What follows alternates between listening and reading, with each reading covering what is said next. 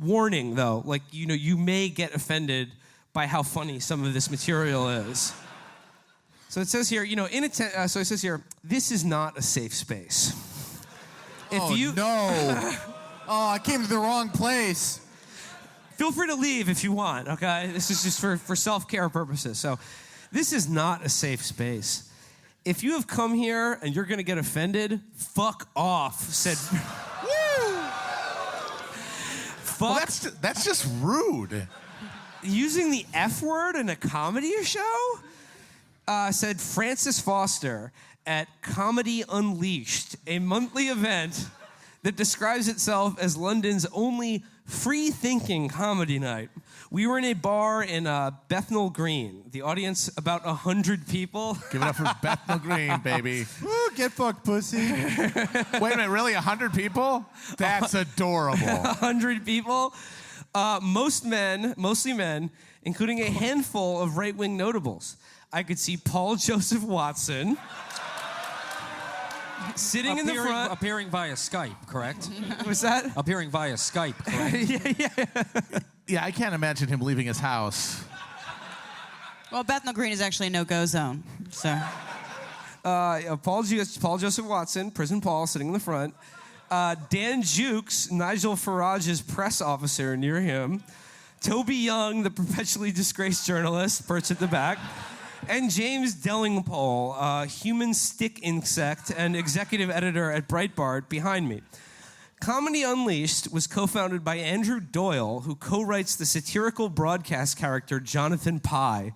Get the fuck out. Jonathan Pie, that's the comedy character? Jonathan Pog? What? Jonathan...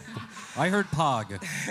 Jonathan Pie. Yeah, Jonathan Pie is one of those like right-wing comedy characters where like he'll be like, yeah, I'm a fucking pussy who sucks. That's the joke. I'm the liberal who's gay. Damn, dude. Fucking you went in. Writing in Spiked, Doyle claims that he established the night to counter what he perceives as the fashion for wokeness in the comedy scene. Left-leaning comics who are inoffensive, inclusive, and socially conscious. Stand-up, he contends, has lost its bite. A truly alternative comedy scene would involve a degree of risk-taking. Here's an example of that. So here's some crowd work. Foster asks to someone in the crowd, "What do you do, Ian?" I'm a teacher. What do you teach? Psychology. So, not a proper teacher then. Ooh, fucking roasted! Oh my God. This is like seeing Pryor in '76. My God. That's a thing you can teach, I'm pretty sure. I don't get I'm pretty sure psychology is a real academic discipline. Yeah. It's like science. Like, like, aren't they always bitching about that? That like, do they want people teaching STEM or whatever? Or is that just a different type of boring guy? Well, what I love about the setup to that joke is he had the punchline set, but he was just like, "Oh, please say gender studies. Please say gender studies." Yeah, They're like, I'm an experimental physicist. So not a real mathematician then. That's the. So what do you do? Oh, I'm an electrician. Oh, at the fucking gay pussy store? Gotcha, dude. So here's some more humor style comedy. It's now possible to give someone a full face transplant. Incredible. Apparently, it's not appropriate as an anniversary gift, though. Hey, everybody, my wife's an ugly bitch. Oh. This That is groundbreaking. This rules. This is very edgy in 1941. Oh my God. Does he just have a great middle set about going to the racetracks? They're going to get sued by Henny Youngman. No, yeah, like... that's what they mean by unsafe. Just copyright infringement on all of vaudeville. So it says, playing old episodes of The Honeymooners for the crowd. This shit is fucking terrible. So it's like all these guys are performing in front of a banner that declared without irony, no self-censorship. If it's funny, it's funny. And then I'm imagining someone just came out with a little ukulele and did, "Hello, my baby, hello, my honey." Welcome to Free Speech Comedy Night. We don't give a fuck. Have you tried my wife's cooking? So it says here, also featured was Hayden Prose, a self-described liberal centrist, and one half of the BBC's The Revolution will be televised. No. Well, it's a good I show, don't know, right? that sounds kind of Sounds pretty badass. cool. I don't know. Oh, is that one of your shows where just like 4 gross guys coughing at each other? The panel shows? That shit's fucking dope. So, the adjustment in VAT tax, the adjustment in Article 50.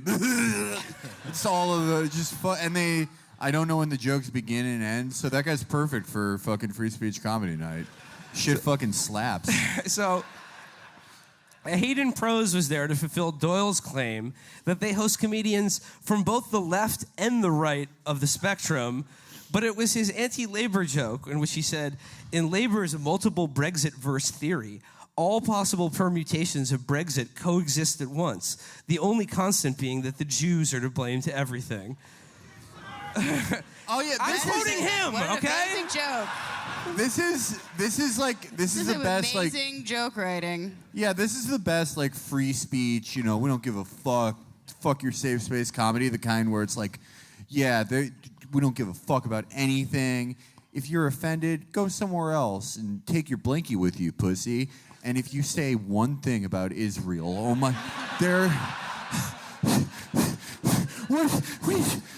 it's the only thing we have. So that line about the Jews are to blame for everything, I mean, who is he, Jack the Ripper? What the fuck? That drew the biggest reaction. Cheers, laughter, and all-around applause of 100 people. Some clapping also followed Lawrence's riff about his wife getting a job for the Royal Mail, which she called a postman, post lady, post person. I just call her a bad mother. Again, this is more like... Holy shit. Came out of nowhere. Holy shit. It sounds like this is just like, it's not a safe space for these people's specific wives. Like, if you're married to any of these guys, do not come to this. These Like a men's rights group. These aren't even joke. Like, at least the vaudeville ones were like, I'm gonna unfavorably compare my wife's cooking to a soup kitchen. Like, there's a construction there, but this shit's just like, yeah. In other news, my wife's a bitch. So it goes on here. There's the ubiquitous notion that you can't say anything anymore. People seem to get really upset right now, said JoJo Sutherland toward the end of her set. No. The laws are getting changed because of the demands of emotional people. And you need to be really fucking careful because without realizing it, people are going to prison for pranks. Social experiment, murdering my friend. But, okay, so, like, obviously this is our competition in London, and they're all premised on the idea of, like... I'm very worried. Very worried. It's premised on the notion that, we're going to say the things that, you just can't get away with anymore.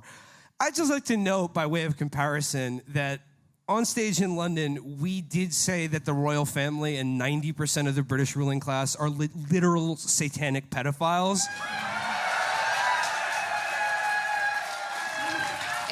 It went over about like that, too. Okay, I'm sorry, allegedly. I know the libel laws in this country are pretty strict, but for instance, you can't write that in a British newspaper. So you won't hear that kind of cutting-edge humor at the Comedy Unleashed. Instead, like I just admit, like, the audience is just shouting out, do the soy joke. Do the joke about soy lattes. You know how fucking liberal pussies love drinking coffee with milk in it? Talk about your piece of shit wife some more. She sounds like she sucks. But I mean, I can't wait till like 10 Comedy Unleashed ends when they just like they're all indicted for making contracts to kill each other's wives. It just evolves into that. It's just the wife murder club. I mean, I just, want to underscore just like how genuinely undangerous and safe every single fucking joke at that thing was. Like, if James Delingpole or Toby Young heard what we said about them the other night, they would try to get us fucking kicked out of the country, like, today. Oh, For no, sure. not that. Felix has been loving being in England, by the way. So, Toby, let's talk about Toby. Let's talk about Toby Young because, yeah. I mean, he's a guy famous for a book called How to Lose Friends and Alienate People. And he keeps getting upset that he does just that to everyone around him, but now he has sort of adopted it to himself that like it's actually a sign of his persecution. And that, like, you know, he's a sign of his bravery, actually, that everyone he sees is just like yells wanker at him when they see his bald little head bobbing by. So this is like someone's like, I can't believe you roasted Toby Young and didn't bring up this absolute classic article. So I'm going to do it for you guys here today. It is really special. In the pages of The Spectator, Toby Young, headline, "The Day I Stopped Believing in the Friendship Myth." The day I stopped believing in the friendship myth. Only 4 out of 10 pals turned up for my stag do. Not including the, quote, best friend who organized it. This is really something. So he says here, it begins, Honestly, that's a better ratio than I thought he would be able to pull off. should we be surprised that friendship isn't always mutual? That is one of the findings of a team of researchers. Yes. If that happens, you should be like, oh my God, I need to reevaluate things. So he goes on here, he quotes some academic paper that will give like a, you know, I guess a veneer of seriousness for just this long, sad story he's about to tell. And he says here, massive self-own in The Spectator. The new scientific research indicates that I am actually cool, and it's everyone else's fault for being fake friends. So he says here, according to researchers, this news would come as a shock to most people. The students in the survey thought that 95% of the people they regarded as friends would identify them as friends too. But I can't say I'm surprised. In fact, a 50% reciprocity score strikes me as suspiciously high.